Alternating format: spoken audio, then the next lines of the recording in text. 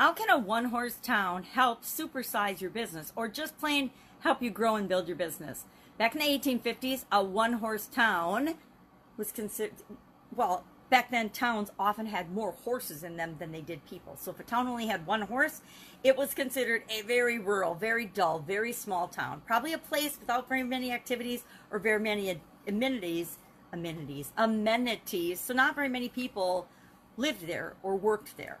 Now, what is a one-horse town? And maybe you grew up in one. I grew up in a really small town in Wisconsin, and although it wasn't a one-horse town, we didn't have very many horses, although we actually did have horses. It was not a one-horse town. We had lots of amenities, although as teenagers, of course, we didn't think so. Most communities, no matter what, no matter how big, no matter how many activities and things they have, there's always an age that we go through where we're bored and there's nothing to do and we don't know what to do with ourselves. And our parents just shake their heads and are like, you know what, go outside and play, go read a book.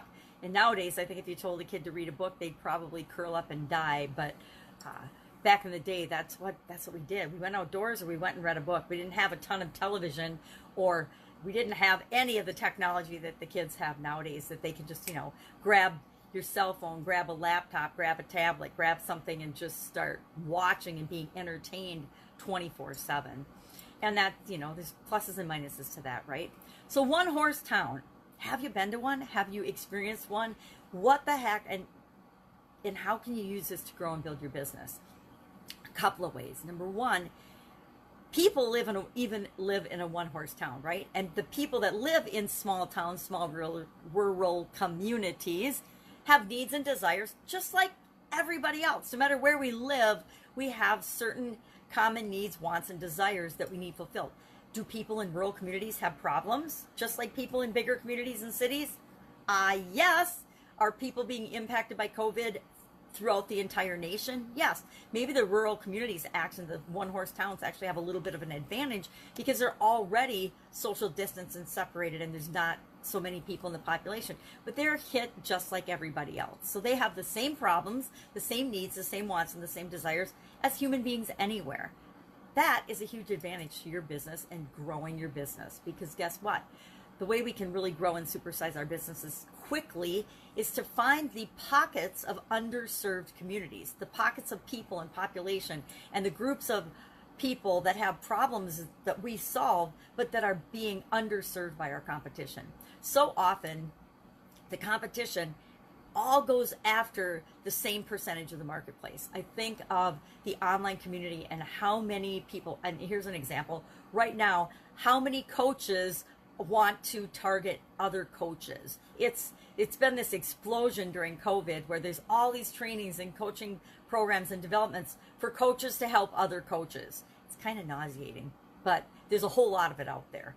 So people are targeting coaches. Now they're starting to target more and more specific type coaches: health coaches, diet coaches, life coaches, business coaches, online coaches, offline coaches, whatever.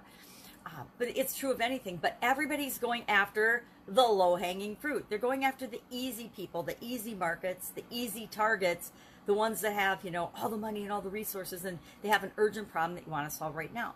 But guess what? Even people in a one-horse town have urgent problems and urgent desires, and they often have the resources to invest with you to solve their problem. But it's a matter of reaching them. Guess what? We now live in the internet online age, where it's easy to reach those people. It's easy to find the people that we can serve no matter where they live. And so the one-horse town idea isn't really an objective or a roadblock from serving people that much anymore, because we do have access to people through technology, through Zoom, through cell phones, through the internet, that we never had access to before.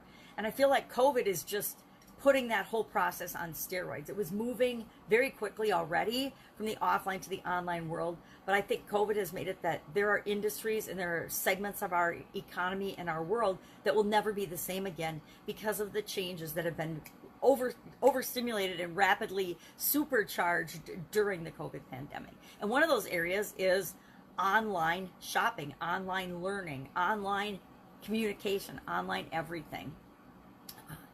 So I like to ask myself, whenever I'm thinking of who I'm serving, who I'm solving, who else could I reach if I didn't have the roadblock of having to physically reach people, and the internet makes that possible. So how can you reach those people? And then the other thing, that one horse town, it's considered dull or boring or rural and out of date or old fashioned. And so how can we, as we're presenting our offers and our products and services to people, make it more fun?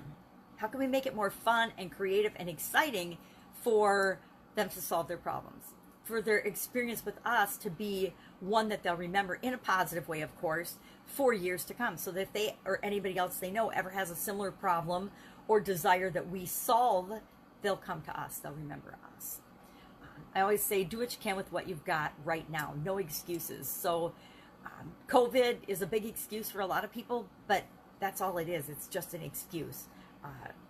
Being in a rural area is an excuse for the people sometimes that live there to not do things, to not try things, to not interact, to not create what it is that they want, or serving people in a rural area. Sometimes we make excuses as to why it's harder for us. And that's, again, all just excuses. Do what we can with what we've got right now. And the internet and COVID, no matter what's going on outside of us, there's always solutions. We just ask ourselves, well, what else is possible? How could this be possible? How could I make this happen? So I'd love to know your experience with One Horse Town, the idiom, the thought, the idea behind smaller and smaller groups of people that we can serve to grow and build our business. And as our business and our industry matures, smaller and smaller groups of people automatically become served. But why should they have to wait until everybody else is served first, right? They shouldn't have to. And if that's an area that you can find a competitive advantage and an expertise of serving, why would you not do that? Because guess what?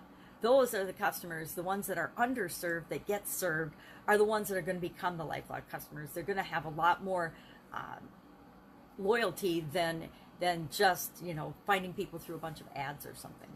All right, that's getting off topic today. Go out, have an absolutely amazing day. I'll be with you tomorrow with another interesting idiom. What does it mean? Where does it come from? And how might you use it in your business right now?